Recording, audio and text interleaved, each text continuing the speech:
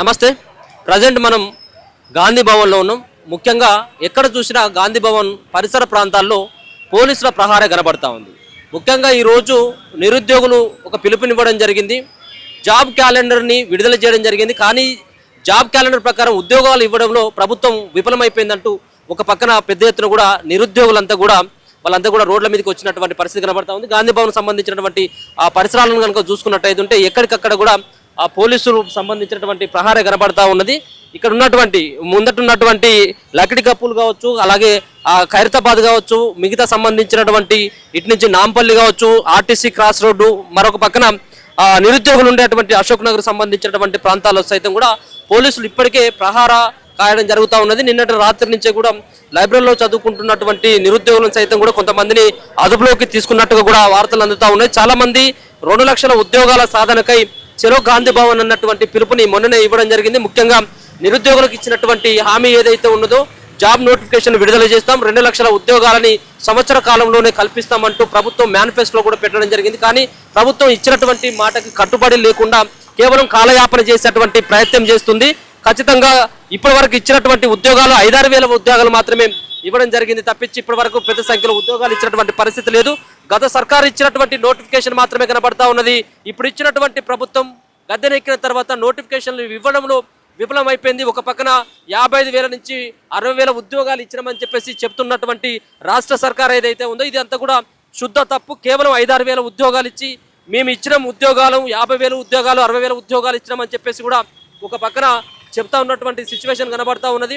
So అందుకని చెప్పేసి ప్రభుత్వానికి గాంధీ భవన్లోనే వినతి పత్రాలు ఇస్తాం.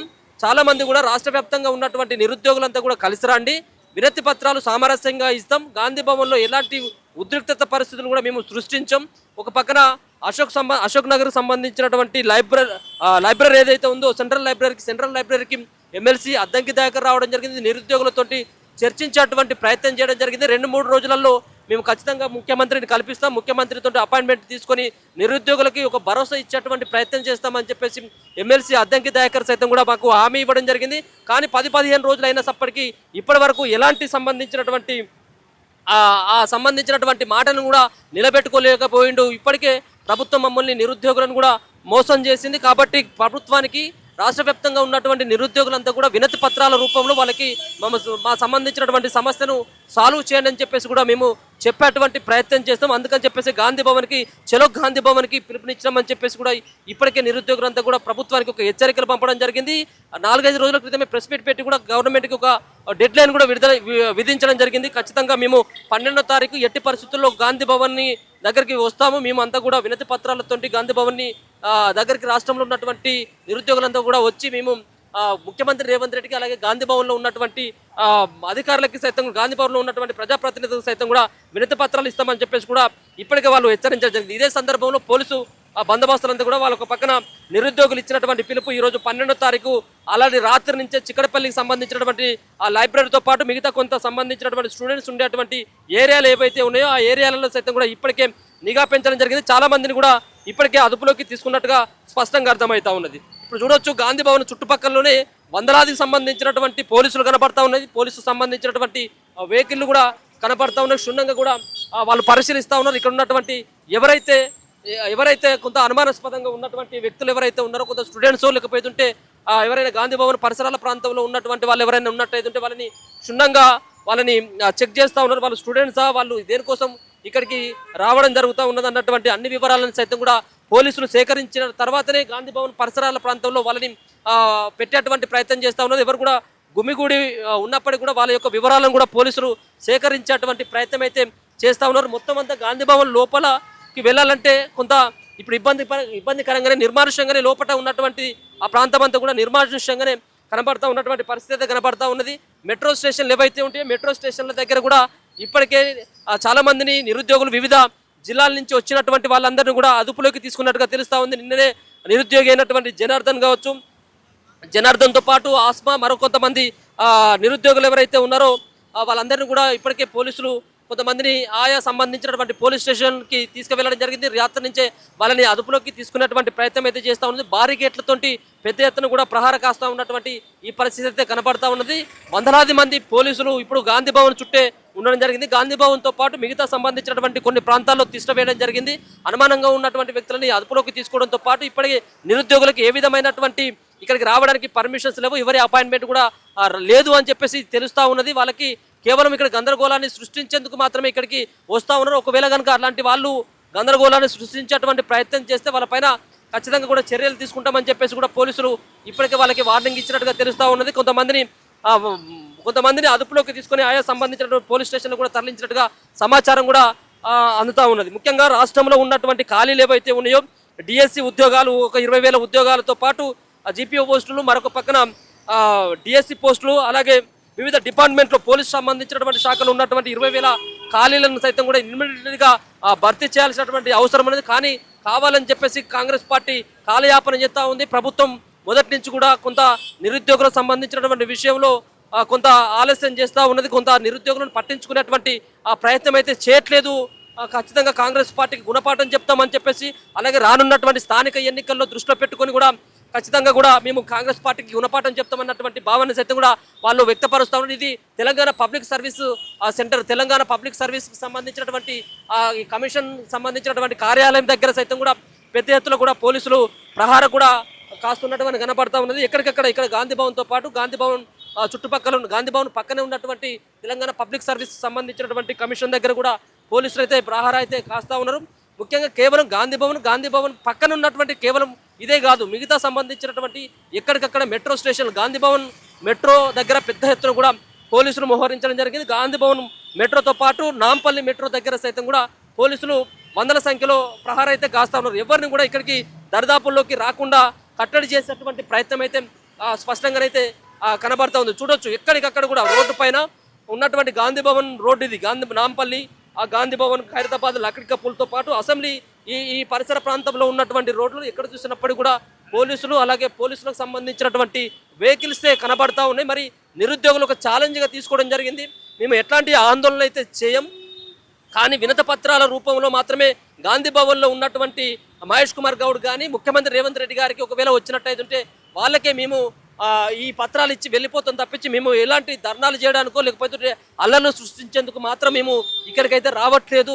మమ్మల్ని ఖచ్చితంగా కూడా అక్కడికి ఆహ్వానించాలి, మమ్మల్ని మాతో పాటు చర్చించాలని చెప్పేసి ఒక డిమాండ్ అయితే నిరుద్యోగులు అయితే ముందు పెట్టడం జరిగింది. అలాగే అశోక్ సార్ కావచ్చు, పాలకూరి అశోక్ కుమార్ సైతం కూడా ఈ సంబంధించినటువంటి ధర్నా ఏదైతే ఉన్నదో ఈ సంబంధించినటువంటి ధర్నాలో ఈ సంబంధించినటువంటి చలో గాంధీ భవన్ సంబంధించినటువంటి దానికి పిలుపునివ్వడం